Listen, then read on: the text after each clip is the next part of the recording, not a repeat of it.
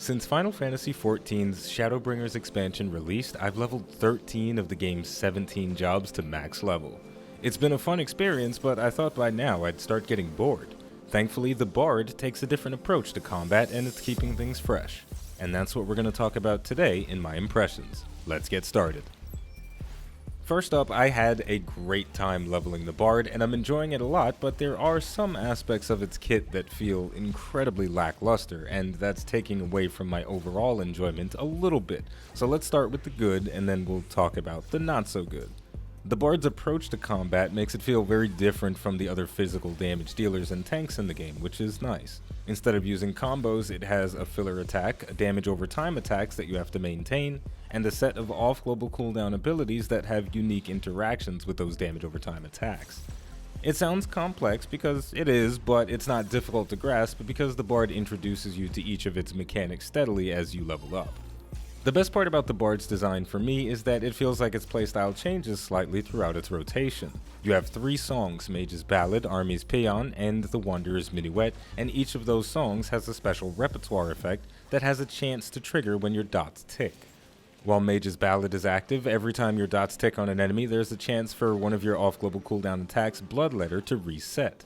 This makes the BARD feel quick and spammy. Then we have Army's Paean. When your dots tick, you have a chance to increase your attack speed up to 16%. This makes you feel fast, but not spammy, so it's a little bit different. Then we have the Wanderer's Minuet. When your dots tick, you have a chance to generate a stacking buff that increases the potency of a powerful single target attack, Pitch Perfect. Wanderer's Minuet gives me the sensation of building up to a powerful finishing move. During the BARD's combat, one song will always be active, so you're constantly switching between these 3 different gameplay loops, so it feels like there's never any downtime, but also, it's tough to get bored when you're constantly switching your playstyle. Unfortunately, once we branch away from the core gameplay loop of the BARD, that's where my impressions start to sour. The BARD's level 80 skill Apex Arrow is very cool. When it's unlocked, you gain a new job gauge called the Soul Voice gauge.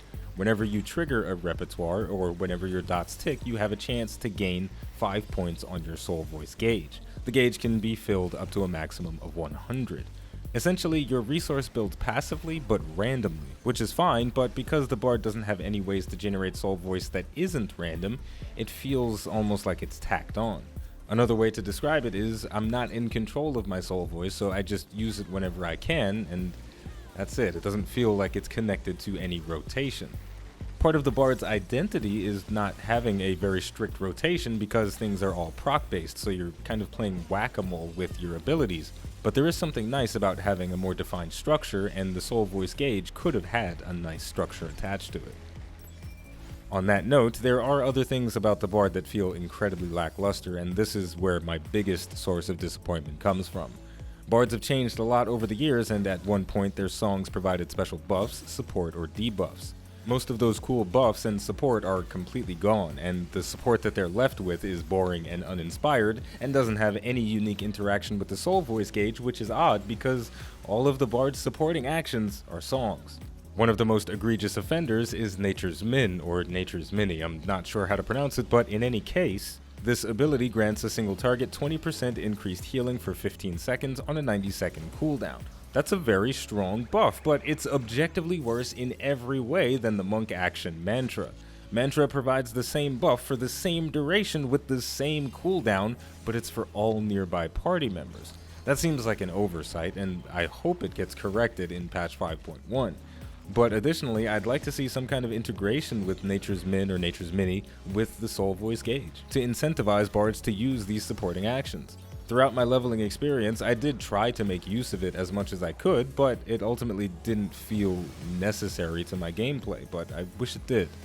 This trend of lackluster buffs continues across all the BARD's support actions, and again the worst part is that they don't have any cool influence on the Soul Voice gauge, which I think is unfortunate.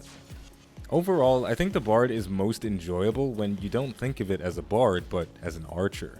Its core rotation is very satisfying, and as a damage dealer, it gets the job done incredibly well, but as soon as you think of yourself as a singer that's rallying your team behind you with the power of your voice, then it starts to feel a bit lame because your songs don't do all that much for your team.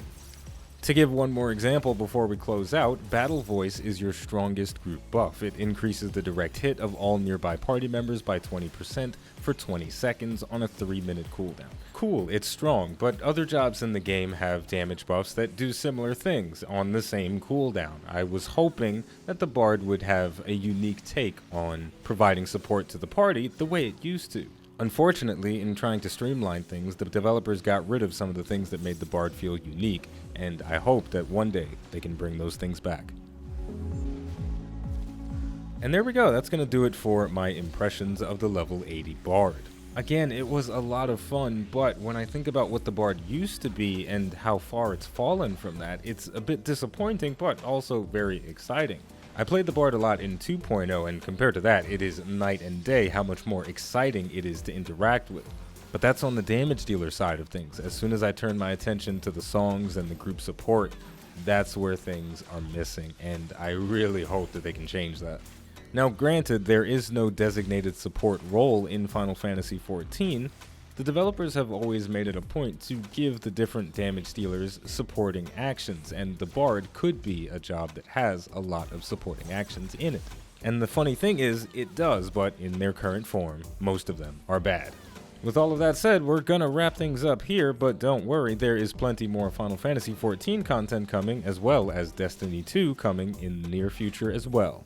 I'm also doing another product review later this week, so stay tuned for that if you're interested. Last thing to say before we close out, if you enjoyed this video and you'd like to support the channel more than you already do just by watching, liking, subscribing, and commenting, you can head over to patreon.com/iBluairJgR to become a patron. As always, the name of the game is Final Fantasy XIV, the name of the channel is iBluairJgR. Thank you for watching, and I'll see you next time.